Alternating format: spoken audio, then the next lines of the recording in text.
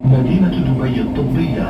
The final destination is So ayun guys, dito tayo sa part episode 3. So nakarating ako ng Dubai Healthcare City. pagbaba ko ng Dubai Airport. Syempre kinakabahan pa rin ako kasi hindi natin alam yung mangyayari sa immigration, di ba?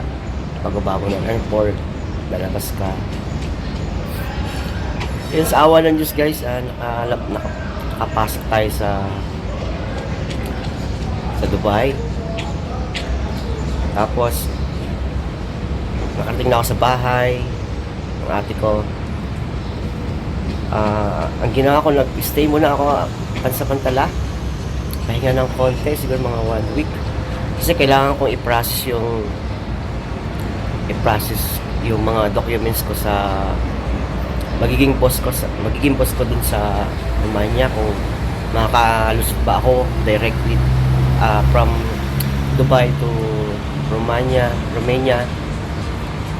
Yun ang iniisip ko ngayon, yun ang iniisip ko noon, para pag sinend ko na yung mga document ko sa immigration ng Romania, kung bibigyan pa nila ako ng travel document.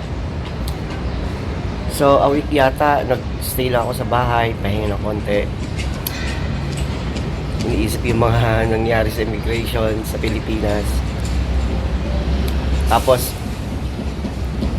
syempre may bahay naman yung ate ko dito sa Dubai, kumuha siya ng isang plot para pagtuluyan namin. Yun na nga, dumating na yung araw ng papasa ko na yung mga documents ko sa immigration. Pagdating naman sa immigration, hininga naman ako ng residence visa. So wala pa ako noon, wala akong residence visa. Sabi ng immigration, at least 1 year meron kang residence visa dito sa Dubai bago ka bigyan ng travel document to cross country. So yun ang malaking malaking problema ko na naman, kasi nga wala akong travel document dito, wala akong residence visa dito sa Dubai. So ang nangyari,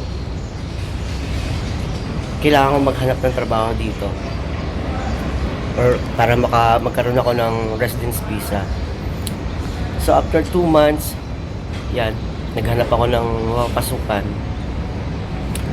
So sa awa naman ng Diyos, natanggap ako, pero ang masama lang talaga, hindi ganun yung expectation mo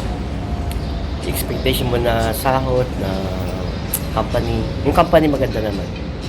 So see you guys sa 4th episode ng kung ano yung trabaho ko. Don't forget to subscribe guys. Thank you.